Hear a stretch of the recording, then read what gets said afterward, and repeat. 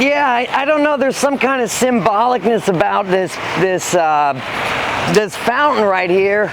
So once you complete MT2, you kind of come over the pond over here. This over here is a nice little hangout spot. As you can see, they give us a lot of spots where we can sit back and relax. Yeah, that's a nice area. This fountain right here is very tranquil. Like, you can just sit back and relax and look at it and ease your mind. With this being a new facility, it's very beautiful. It takes a lot of old feelings away when you look at something that's pretty right here. So to just sit by that fountain is an awesome thing. Yep, so this is, the entrances to Phase. And so when we get over here, we've already spent 2 weeks over there, and 2 months over there. Oh, 2 months, that's right, 2 months. And we're really excited to get over here because we've spent the last 60 days in a dorm full of guys. Like, it's not the best. But when we get over here, it's almost like it's like a freaking hotel room or something. Yeah, it's like you really step your game up. Yeah, check recovery. it out. Even the vibe, if you can translate vibe through cinema, is different around here. That's a little darker. It's not as bright in your face, institutional.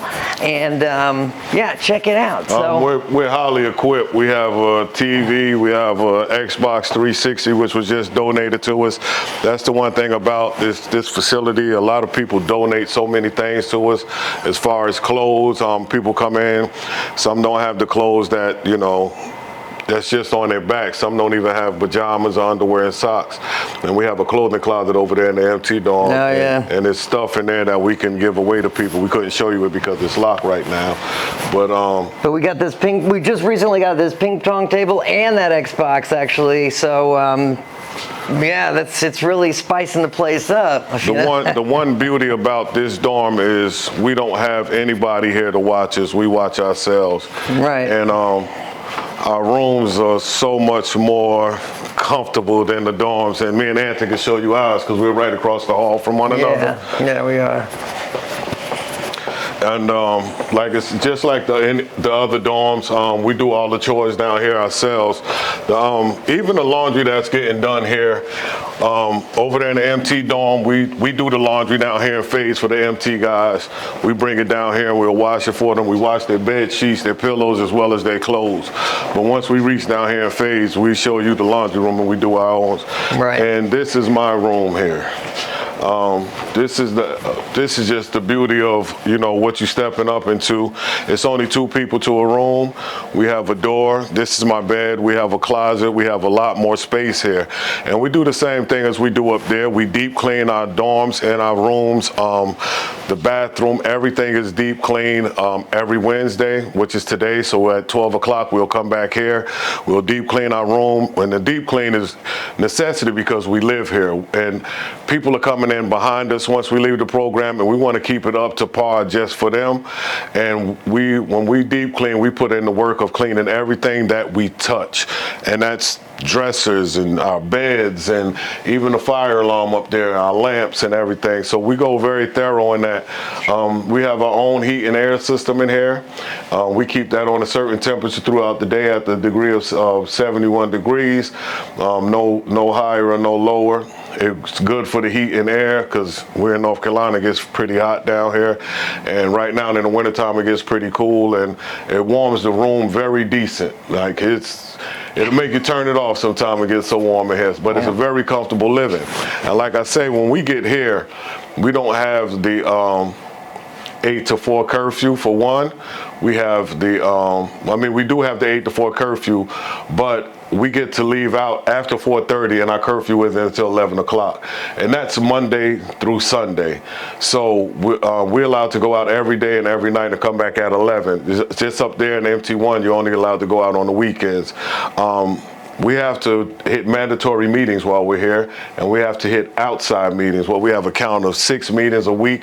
We have to get 2 mandatory meetings inside the healing place, and we have to get 4 outside meetings, which is the beauty because the network is so big that people will come here and pick us up and take us to outside meetings.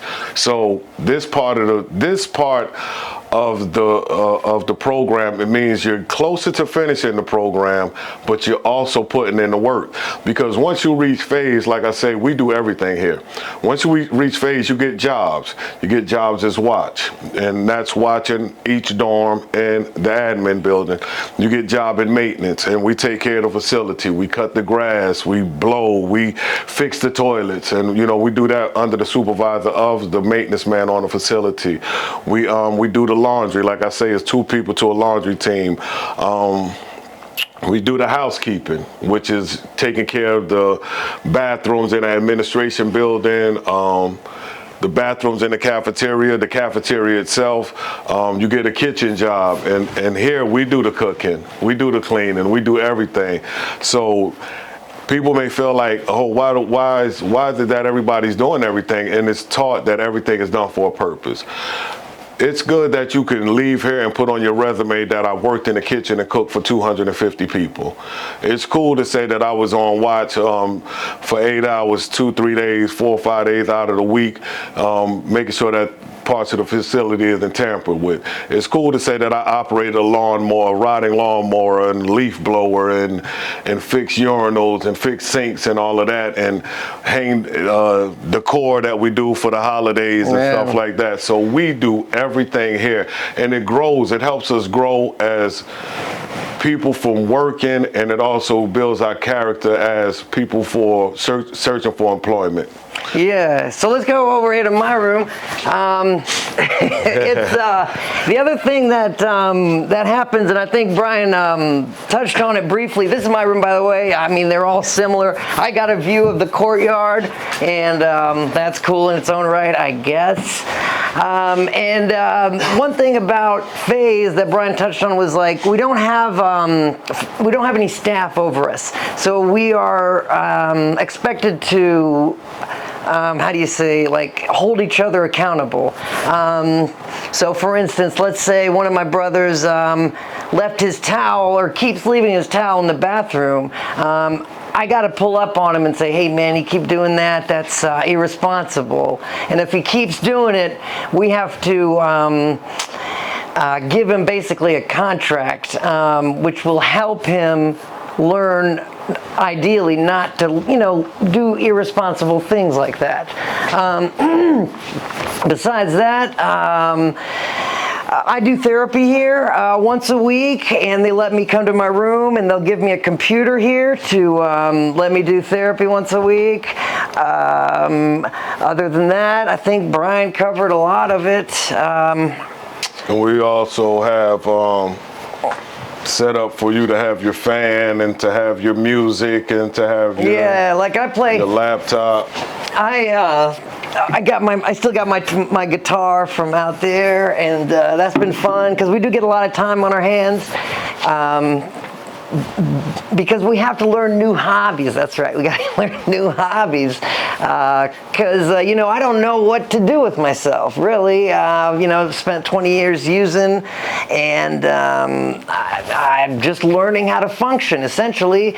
Like, that's what Brian was saying with those new jobs. Like, I never knew how to freaking, they voted me kitchen supervisor, and I'd never worked in the kitchen, but they voted me kitchen supervisor because they thought I needed the leadership training or something, skills. So I was in there over a crew of about 5 guys, and had to, feed 200 people 3 times a day. I mean, it's no joke. Like, the jobs they give you here are real. Like, you really have to, we really support ourselves. I like to call it like a little village, really, because we all play our part, you know what I mean? And we get very little input from staff, because normally we do pretty well for ourselves. Like, we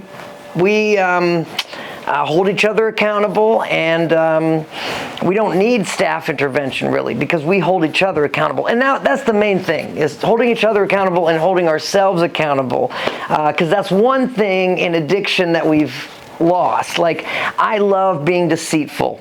It's hard for me to be, it's easy to be cash register honest, but to be completely transparent with people is is not my normal default setting. You know what I mean? So it's just a different kind of way to live, and it's not the most comfortable thing either because I'm not used to it. Yeah, and like with these jobs that Anton are telling you about, when you become from MT1 to MT2, you only get 2 jobs, and that's kitchen and housekeeping. And with those jobs, you do kitchen one day, the ladies do the kitchen the next day. As you can see, this is a co-ed facility, and no fraternizing, as we said earlier. So when you become MT2 straight out of MT1, one day you're in the kitchen, the next day you're in housekeeping. There's no negotiating with that. But once you become the phase, you get voted in as supervisor to each position, and then as peer mentors, they assign us to jobs. So when you become a supervisor, you stay on the job for 2 weeks. But when you're assigned a job, you're only there for 1 week, except for watch. Watch, you stay on there for 2 weeks, just like as if you were a supervisor position. But the reason behind it, like I said, it's the reason behind everything. And the reason behind that is because it helps you build a leadership within yourself. It may seem frustrating, but the one thing about it is we, like Anton said, we hold each other accountable, but we also hold each other up. We're not going to let the next person fail. A person that's never even had a job before, right? Because we still have young people coming in and they've never held a position, and we'll vote them in and say housekeeping supervisor, and they're out of control. Oh, what do I do? What do I do? Calm down. Yeah. We got you. So we all pull each other together. We all come together to help each other out. We're not going to let you fail. No. Like if we vote you in as housekeeping soup, we're not going to let you fail. Like we're all going to come together and help you out. So it builds a lot of character. We're a community. Yeah. I guess we're just going to go down here to see the laundry room. I know, because that's about all. Situation in this. It's on the far end. We'll show you that on the way out. It's pretty much set up the same. But here's the laundry room, and we do our laundry. We can do our laundry from 4 p.m. to 11 o'clock, and we do our own laundry in this part of the. But right now we're watching the guys from the MT dorm laundry. That's why we have to wait until 4, because the laundry supervisor and his co-worker, they have this part of the facility from 6 a.m. till 4 p.m. and that's when we come back in the dorm. And then after that we can do our laundry. And you can have your own laundry detergent, you can have your own bleach and everything. But we do, they supply it too. They supply it. The machines are automatic that they fill up with their own detergent. But the bathroom situation, it's still not an ideal, because you see, me and Brian are way down here. And when you have to wake up and pee in the middle of the night, man, it's a pretty long walk to the bathroom. But it makes you walk faster. Plus you sleep in, it might be a little chilly in this hallway because they try to keep the temperature at a good thing. Well, try to keep the germs down. I figure they don't want us to be too comfortable. You know what I mean? I think they want us to they don't want us to be too comfortable. They don't want us to become complacent. So there's still stuff that's not perfect, because once you become a peer mentor, apparently these are the rooms for the peer mentors, and they get their own bathroom in there. And one thing about phase is there's levels to phase. We just left the phase 1 side of the building. This is phase 2. This is the peer mentors. They're peer mentors, but they're still part of the program. It's just that they're our peer mentors that we go to for things. They get paid a little bit of money from this position. Me, myself, I'm just completing the program, and I'll be going into the peer mentor's office. So this is phase 2, but you're still part of the program. And then again, this is another level you step up to. Their curfew is from 4 o'clock to 1 o'clock in the morning. They guide us. The word mentor means a lot, because we still are their peers, but they help us out a lot. They help us they're the ones who assign our jobs to us. They assign our contracts to us. They teach our classes. Yeah, they teach our classes and they everything. help us when we need particular things like going to the doctor. The peer mentorship program is what I want to do too, both me and Bryant, and we're really looking forward to it. We get paid like I said, like you said, $100 a week, and you start giving back. That's the biggest part of the peer mentorship. You start bringing back. And you also, with the peer mentor, is you're still learning. You know, this is a 6 to 9 month program, and the reason why we say 6 to 9 months, because you can finish the program in 6 months. I just finished the program in 6 months, but you become a peer mentor for 3 months, and that's what the other, 3 months to add up to 9. But here in the peer mentors, they have their own laundry. Their rooms have their own bathrooms, so they're allowed to have TVs in their rooms. So as you go, you grow. You grow within recovery, you grow within the program, you grow within the service of giving back. I mean, we down here in Phase, the first part of Phase that you've seen, like me and Anton, we make sure that the MT1 and MT2 guys look up to us. You know what I'm saying? They reach out to us when they're having hard times, and I can honestly say this from experience.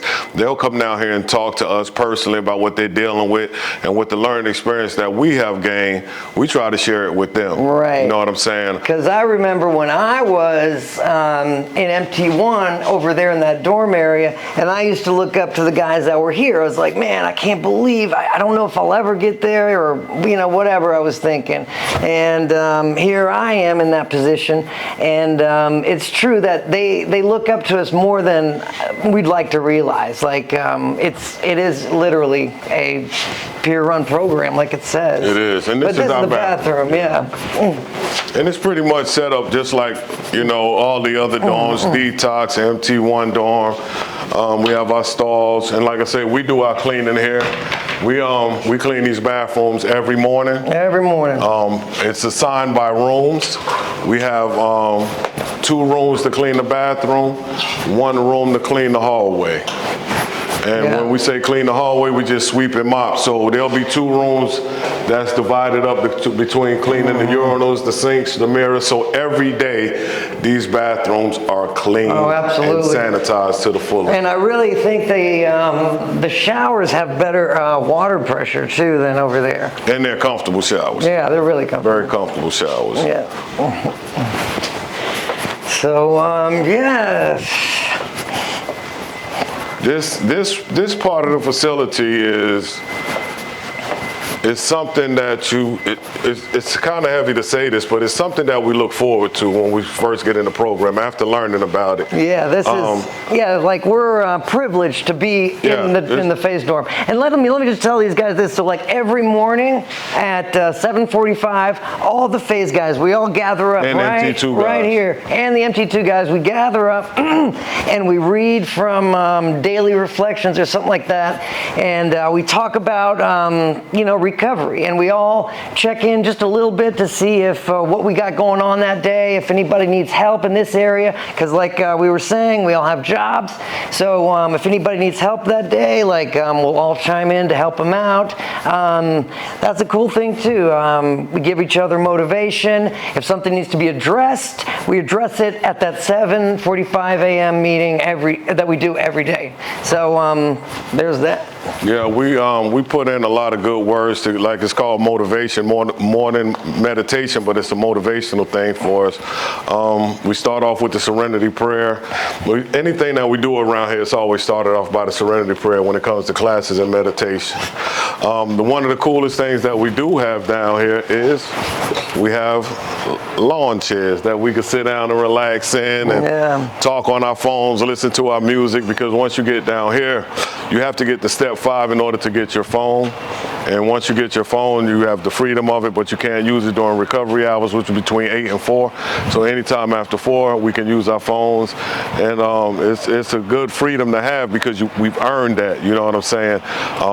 Some facilities may allow you to keep your phone, but right here, it's a good thing not to have your phone because it could throw you off focus. You want to stay focused on your recovery regardless of whatever you're doing, because addiction is a very dark place. It's a very hard place, and to come from it, you have to really be willing to do whatever it takes to recover and to be clean and sober. And it's not like it's a torture chamber. It's just a process, and you have to trust the process. And in order to do that, you just have to accept what's going on. And a lot of people have a big a big way of not accepting how life is. The reason why that is because it's easy. The hard stuff nobody wants to do. It's like the term everybody wants to go to heaven, but nobody wants to die. You know what I'm saying? But in order to put in the work for what you want out of your recovery, it is worth it. It's worth not having a phone for 3 months, but we still have a phone in there to use. But once you get your phone back, you earn that phone back. Once you get to go out to 11 o'clock, you earn that stuff. Yeah. And it happens like when I when I feel like I'm kind of tired of the place or something like that, something will come up, like I'll be able to get my phone back, or and then I start getting tired of that a little bit, and then it's like, oh, I can take weekend passes. I mean, it's built perfectly almost, and also follows the steps, The other thing they want us to do when we're in phase is build a outside network. That's the reason, I think, one of the main reasons for having our cell phones is to go to these outside meetings, because it's a community-oriented business, or not even business, but thing, that we go to outside meetings and get people's numbers, and they can, a lot of times they'll come and pick us up and take us to meetings, and we're slowly kind of transitioning from this bubble, which is the HT, into the broader, Wilmington proper community, so to speak. So it's a slow transition, and we want to transition well, because it can get pretty comfortable in here, but nobody wants to stay here forever. Yeah, that's the one thing that I told myself when I got here over there in detox was, we have people here that's court ordered here. We have people that's voluntarily here. People that just come. But me myself, I came on my own, and I told myself, I'm sentencing myself to this facility. I don't need a judge to sentence it for me, which means I could get up and walk out right now any time that I wanted to. But me sentencing myself means I had to hold myself accountable for what I was doing for my recovery. So my 6 to 9 months was sentenced by me. I didn't need a judge or a probation officer to say, you need to go to a rehabilitation behavioral facility. Some may consider it to be a homeless shelter, but you don't see too many homeless shelters built like this. But I sentenced myself to this process. The city of Wilmington is a big network for Narcotics Anonymous and Alcoholics Anonymous.